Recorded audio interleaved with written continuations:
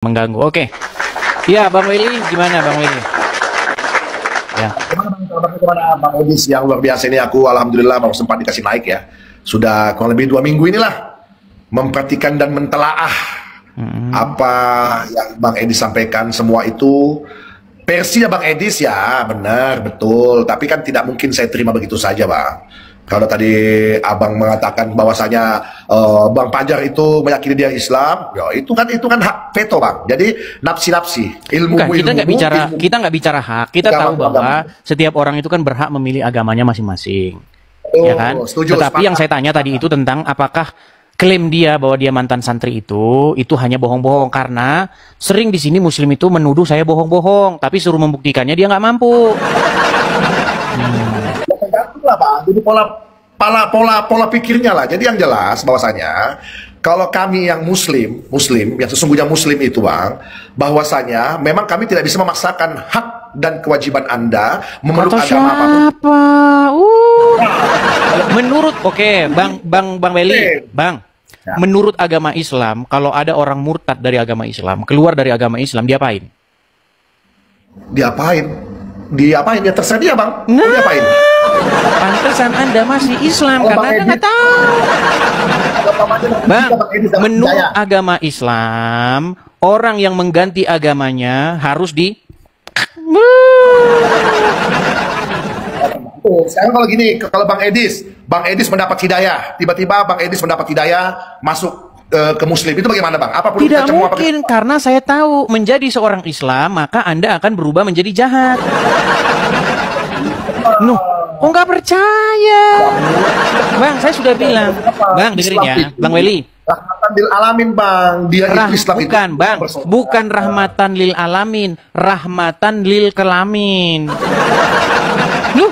Tidak percaya. Bang, dengar. Menjadi Islam itu akan memanjakan kelamin Anda. Betul atau tidak? Enggak. Enggak. Anda boleh mencari istri-istri dengan harta yang Anda miliki, betul? Tergantung pola pikir yang mana. Aduh, sudah saya bilang, Bang, Anda itu salah ucap terus. Bukan rahmatan lil alamin, rahmatan lil kelamin. Oke, sekarang saya tanya, Bang. Kalau Anda sebagai Muslim berpedoman dengan Al-Quran, Anda walaupun sudah punya istri, boleh tidak Anda mencari istri-istri lain dengan uang yang Anda miliki? Tergantung dari segi mana dia berpikirnya. Kalau umpama kalau lagi saya banyak uang, saya memperbaiki rumah tangga dan istri saya. Bukan, saya tidak tanya itu. Menurut Al-Quran, boleh tidak Anda mencari istri-istri dengan uang yang Anda miliki? Kalau dengan uang tidak ada, Bang. Tidak ada yang mengatur di dalam Al-Quran satu hadis. Boleh. Boleh. Aduh, masalahnya begini. Mana? Di dalam Quran surat An-Nisa ayat yang ke-24. Ayat yang ke-34. Bacakan apa? Baik, saya bacakan. Memang mereka, kenapa sih kalian tidak setuju bahwa agama Islam itu rahmat bagi kelamin Anda? Anda ini sungguh nekat yang nyata ya.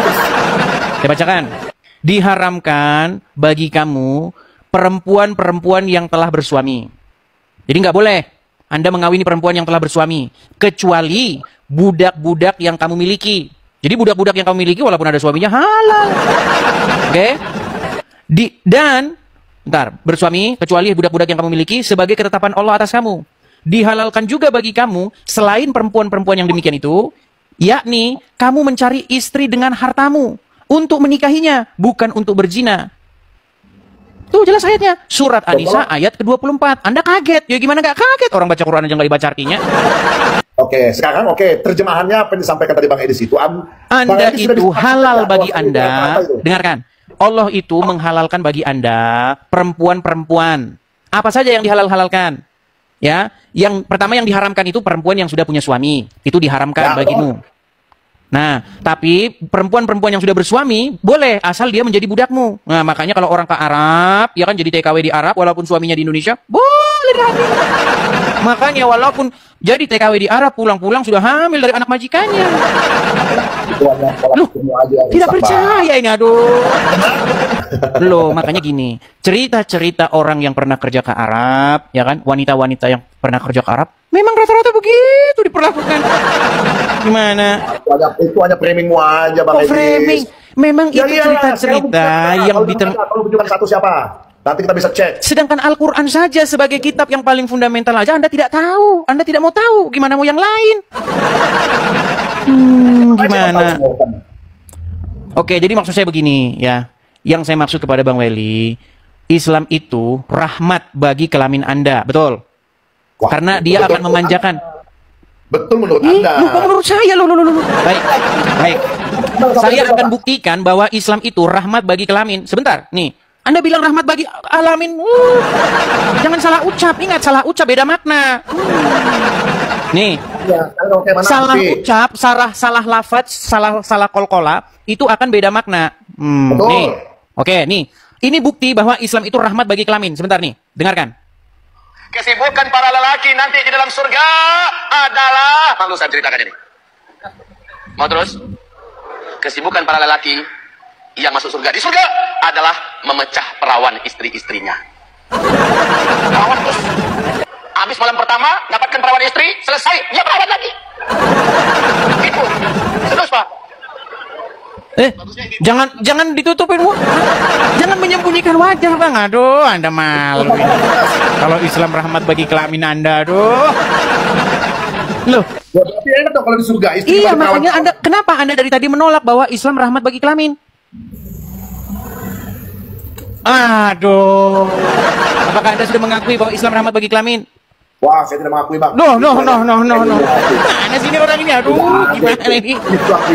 Bang, sekarang saya tanya. Menjadi seorang muslim dijanjikan Allah gadis-gadis yang berpayudara besar. Dijanjikan oleh Allah akan memecah perawan banyak wanita-wanita 72 bidadari. Bahkan burung-burung muslim nanti di surga itu akan berdiri 70 tahun. Saya tanya, nikmat mana lagi? Sebentar, nikmat mana lagi yang Anda dustakan? Nah, kabur dia, saudara-saudara. Sulit. Aduh.